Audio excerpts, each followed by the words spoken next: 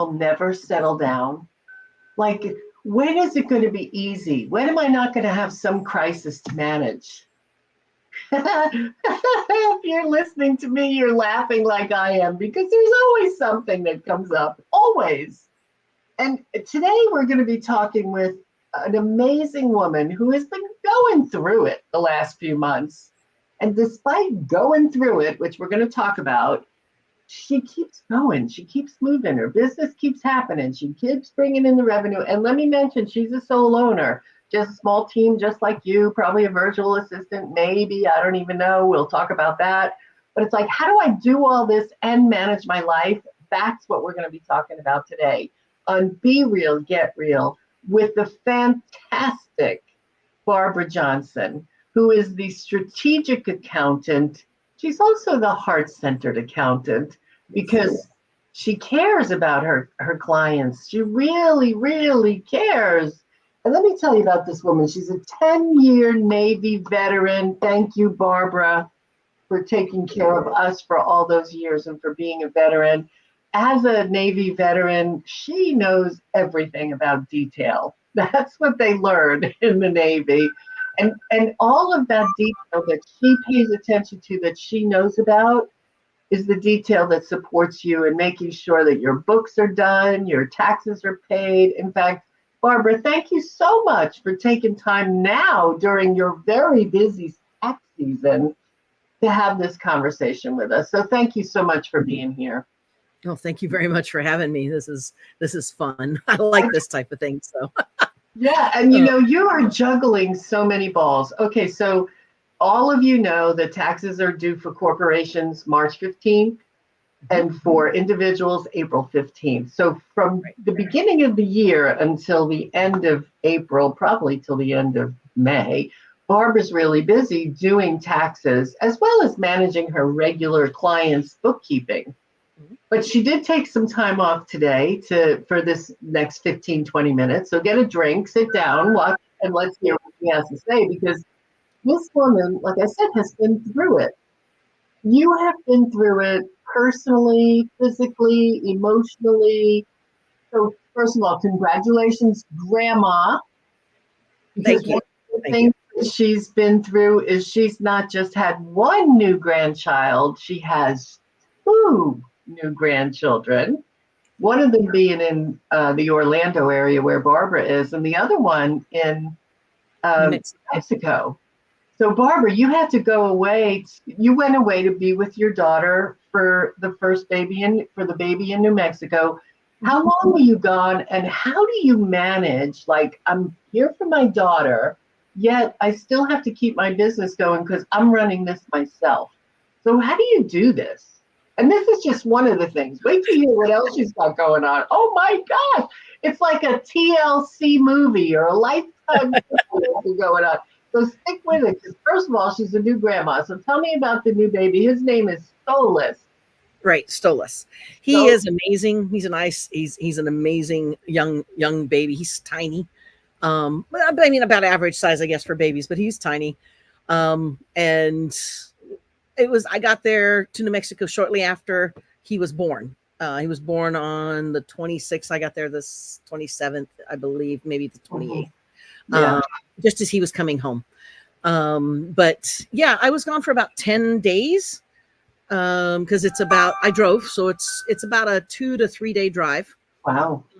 Heading over, it took me about 2 days, day and a half to 2 days. I went really quickly because I didn't want to miss it. Right. And to me, the biggest thing is transparency. My clients knew I was going to be traveling those couple of days. Texting was okay because I would be stopping, for breaks occasionally. And I mean, I was driving pretty much by myself.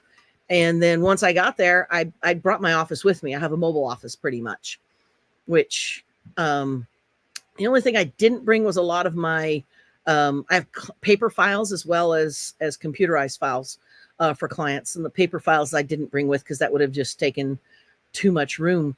But with the computerized files, I could still work on their books. I could still meet with people because I had my computer with me. There was a 2-hour time difference from what I was used to, but right. It was just keep going. And the nice thing about it is I had also explained to them that that meant I would be working in the evening after the baby and mother had gone to bed, so that I could Oh, visit and with them during when they were awake, because that's the fun time. that was great. So you were able to, I mean, that's one of my questions is, do you compartmentalize your time that you're working for these hours and then you're off these hours? Because some people, Nancy Matthews is really good at, I'm working for 2 hours, then I'm off for 2 hours, then I'm working for 2 hours again. I can't do that. I have to be working during the day or working at night. You're doing the same thing. So you took your time off during the day. Right. When I was there. And you just worked at night. Right. How did you keep up? Did you feel like you were keeping up? Yeah. I mean, there were some things that I wish I had my paper files with me, which is why I want to get an RV. I'm going to have an RV, and it's going to have 3 bedrooms, one of which is going to be my office, so it can just go with me and I can still travel because I've got kids. Yeah. I want to travel the country. It's going to be fun. You have kids all over the place. but it's going to be fun. That was the one thing, was I didn't have my paper files. So there were some things that, when I had a meeting, usually what I put on paper is we're having a conversation in a meeting, and a client will say, hey, yeah, I wanted to get Stripe set up this way. I don't know what's going on with it. And I wrote down, look at their Stripe, see what's going on. And of course that's on paper, which got left at home. And so some of that fell through the cracks because I would be having a meeting when I was supposed to get that done for you. And it's back in New Mexico. And there was only 2 that happened to, but they were very understanding. Like, okay, yeah, you're there for your grandkid. It works. It's understanding. I said, but I did get these other things done that were needing to be done. So their books were caught up, and we still, I mean, the business advice and strategic, type of things, because I don't just do numbers. I mean, it's not just data entry. Here's your reports, you're done. We do strategic conversations of, when's the best time to buy certain things, especially big purchases, tax benefits, etc. So right. And here's something really important that you just said. My client was totally okay with me being gone. Like, sometimes we're so worried that we do have commitments to people, but, we put so much pressure on ourselves when in fact the other human beings, right? A customer is a human being, right? The business owner is a human being. As human beings, I want you to enjoy your grandchild. Right. So all you have to do is, like you said, be fully transparent. How long were you gone? 10 days. 10 days. That's a long time. It took a day and a half, basically 2 days to get out. Coming back, there was extreme high winds. And so it was slower coming back. So it took about 3, almost 4 days to get back because of the winds.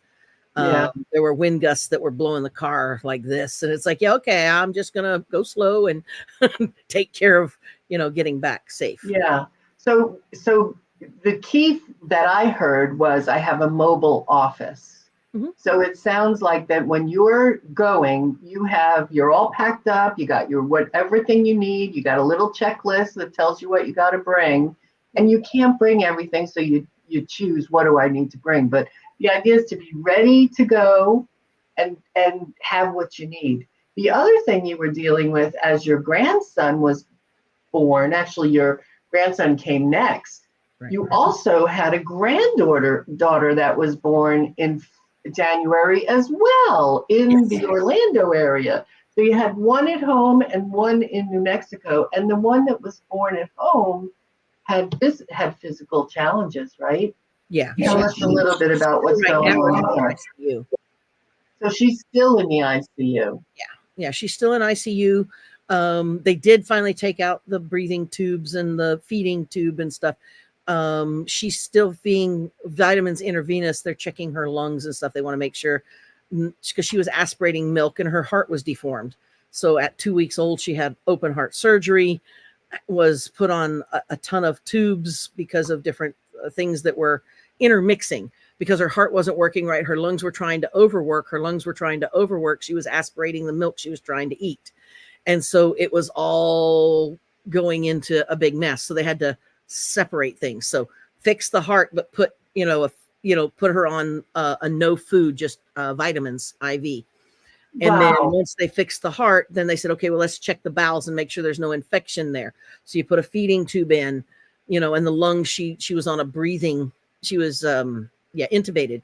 So the lungs were being worked for her. So they checked the bowels. She finally had a bowel movement that didn't have blood in it. They were so excited. It was great. Yay. Trust me, we were all excited.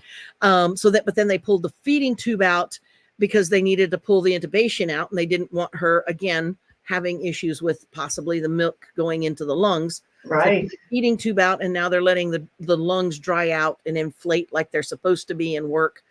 And they seem to be doing quite well. So she's getting out in 2 to 3 weeks. So Yay. Yay. When was she born? January what?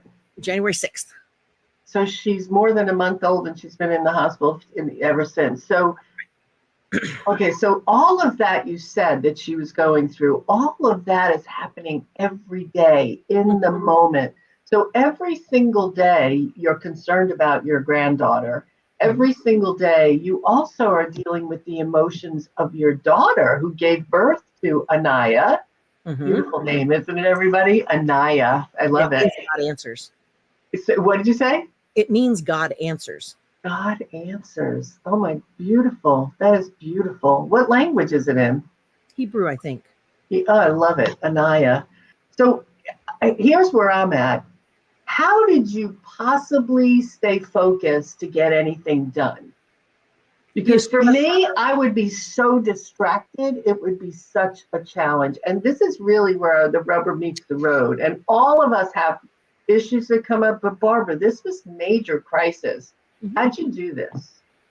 I still had to compartmentalize. Mm. I had to trust. I had to trust that the doctors and my daughter were taking care of the baby, and I was working on clients during the day.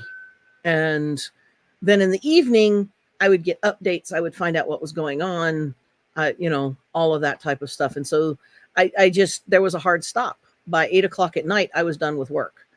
And usually I'm a little more fluid than that. I start work at 8 a.m. I'm done by 8. And if it goes a little later, I start a little earlier.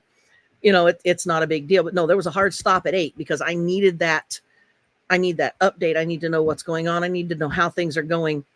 And then it was also a little more fluid with, if I got a phone call in the middle of the afternoon, they're doing this and they're doing that, and this is happening. And what do I do? How do I do this? And it's like, okay, calm down. That's the thing. How do you manage that in the middle of your day? You're doing great. You compartmentalize. Okay, I'm in my focus of work. I'm not letting things distract me. And then the phone rings and there's an emergency at the hospital. How do you get back into that space? What do you do? Breathe. Yeah. When I got out of the military, I was pretty messed up, and I had 4 different holistic healers, which is why I focus on the holistic health area and coaches and stuff. 4 holistic healers that helped me heal, and with the energy healer, and that basically they would taught me to meditate, kind of.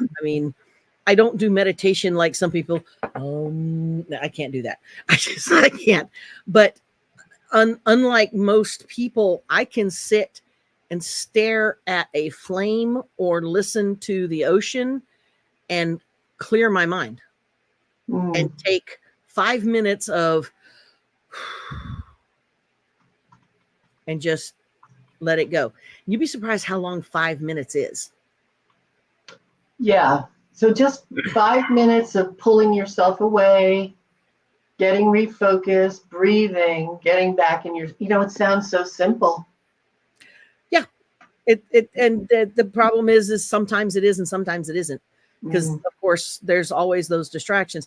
5 minutes is a very long time, and if the dog barks or needs to go outside while you're trying to not think, I have a new puppy, and Ray just comes and she's like, "Mom," and she'll pat my face while I'm trying to just stay peaceful. So what I do, I'll bring her in and just hold her so she gets the attention kind of that she wants. But there's always distractions. There's always going to be, but it's a matter of, you have to be able to pull yourself somewhere, whatever your peaceful place is, for a few minutes, and then refocus and move forward.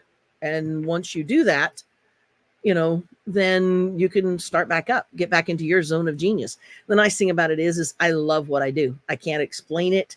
Tax time for me energizes me. It inspires me. It gets me all happy and giddy and excited. And I love tax time. It's just the opposite of most of us going, oh no, it's tax time. Right. Right. I'm so glad that you're happy about it. So you're juggling the new babies. So it's that whole joy, yet I can't be there. And Inaya is going through and Stolas is just born. And on top of that, you were dealing with physical challenges yourself as well. So is there anything that, like, when I'm not feeling well, I'm certainly not at my best. And I don't expect myself to be, top form every single day. But it's really challenging when I'm not feeling well. So add that to everything you were working through. Was breathing and centering helping you with that as well? Or how did you get through all that? I know you're feeling better now. Yeah, I gave myself grace. I would have some days where I would start work at 8 and by 10 I was feeling bad to the point of I can't think of what I'm doing and I'm not going to make a mistake. That is my biggest fear, is making a mistake on somebody else's stuff. Yeah. So as soon as I started losing that focus, it's like, okay, I'm going to go lay down. A nap sounds good. And I would give myself a half-hour nap. I love that. Give yourself grace. You give yourself a half-hour nap. And then at the end of the half hour, my alarm goes off. It's like, okay, yeah, I feel better. Let's go. And then I would get up and I would work until, okay, I'm losing focus again. Let's go. Whether that was 2 hours, 3 hours, 4, it got longer as I started feeling better. I mean, right now I can work all day and it's not a big deal. But I had COVID, I had the flu, gallbladder that was trying to, become much more of a problem. And so it was literally, okay, pain is too bad. Let's go rest for a little bit. And just taking that 30-minute nap, my body got that chance to recharge, refocus, get up and go. But it's a matter of giving yourself grace, because still I had that hard stop at 8 o'clock because I wanted to know what was going on with my family. And so you give yourself grace to, okay, some weeks you're not going to get done everything. You can set up 100 to-do lists. And some weeks you're not going to get all 100 of them done. Some weeks you're only going to get 50 of them done, but you got to give yourself. Oh, yes. Yeah. You don't beat yourself up over it is the biggest thing too. Yeah. That's giving yourself grace. In the 4 agreements, Don Miguel talks about the 4th agreement is always do your best and give yourself grace because your best is different on every single day. Yeah. So, the beating yourself up does not help. I have a quote on my door that I sit in front of the wall behind, opposite of my desk. I don't know who said it, so please excuse me if I'm quoting somebody and don't remember, but it says, today I'm going to do the best, in capitals, that I can do. I know there are things that need to happen and actions that need to be taken, but this is the best I can do today. And I work to live up to it, And then, of course, Yoda is, there is no try. Do or do not. There is no try. Right. Don't try and do your best. Just do it, and realize that there are some days your best is not as good as other days. Yes. Yes. Barbara, you are so clear-headed and level about it. And really, if you look back over even the last 6 months, it hasn't settled down. It doesn't settle down. No, it doesn't. Because as soon as you get out of this, there'll be something else going on. So it's really the acceptance that, they say the only thing you can count on is change or something like that. So it seems like you just have a good attitude that this is life. Yeah. And I'm going to do the best I can and keep going, and you got to enjoy it. That's the thing. Enjoy the ride. Enjoy I don't know. I've got another person that says, business is might as well be playing, let's play. But I love business. I love what I do. I love taxes. I love bookkeeping. I love budgeting. I love helping people grow their business. And to me, it's the best thing to do. It's like, keep going. I enjoy doing this. So if you enjoy what you do, it's easier to overcome things. Yeah, absolutely. My grandfather used to say, choose a job that you enjoy and you'll never work a day in your life. And if you're not enjoying it, you better look at why you wanted to do it in the first place, because there was joy there then. Right. Right. So whatever the reason is that it's not happening now, go back to the joy in what it is you do. And no matter what you do, you can find purpose. When I worked at the phone company and I was on the sales team, I mean, people's phones are so important. If I worked with businesses, if your business phone isn't ringing, oh my gosh, you're not going to be earning any money. So I found purpose in supporting business owners to make their phone rings. Like, that's how easy it is. So look at what you're doing. And I wanted to, first of all, when you said, I love doing taxes, I love working on books, I'm like, here's the website. I don't love that. And many, as you find in your business, many entrepreneurs and small business owners, we're there to do the thing. We're not there for the numbers. So this is Barbara's website. It's Keep It Simple Bookkeeping. What does the AA stand for? And accounting. And accounting. Yeah, it's Keep It Straight. Keep it straight. Keep it straight. And accounting.com. So that's what the website is. And go there, connect with Barbara. You don't have to be doing all of those bookkeeping things. And here's the other side of it. Tell everybody what are the kinds of things that you can do in your business when you're on top of your numbers and when people, like, how does that make a difference in your business, having your numbers all together? The biggest thing is you can make informed decisions. If you don't know where you're spending your money, you don't know if you have money to spend. And if you're spending, like, there are people who they do a lot of coaching, and so they spend a lot of money on coaching, which is a valid deduction, no problems with it. But if you're spending half of your expenses on coachings and you don't have that coming in income, you're way out of balance. You need to cut back. Or people with subscriptions. I have taken on clients where they've got subscriptions coming out monthly. And until I said, did you know you're subscribing to the Wall Street Journal? Do you read it? What do you mean the Wall Street Journal? I don't want that. I'm like, you got $15 a month coming out to the Wall Street Journal. You might consider that. It could save you some money in the long run, just different things like that. If you know where your numbers are going, and that's what the reports help you with, you can then see what can I change to turn myself around. Right. And you can also see where your ebbs and flows are, because we all have slower times and busier times. Mm-hmm. So if you are aware of what's happening in history, then you can plan for the next time you're having that. My husband runs his own business. He does construction, handyman work, stuff like that. He's really busy in October and the beginning of November. But he gets dead for the holidays all the way through pretty much the end of January. So if we know that, I can plan for that. Right. So yeah. So definitely go to KISBAA, Keep It Straight. To me, it's Keep It Simple, because it's not simple to me. Keep It Straight, bookkeeping and accounting, KISBAA.com, and connect with Barbara. Even if you're sitting there going, well, I don't have the money to pay a bookkeeper. Here we go. That's another conversation, right? You don't have the money to pay a bookkeeper, so you're not doing it. Duh, if you did it, you would know how to plan, and you would know what was happening in your business, and it doesn't cost you all that much money. Right. That's the other thing we do is budgeting.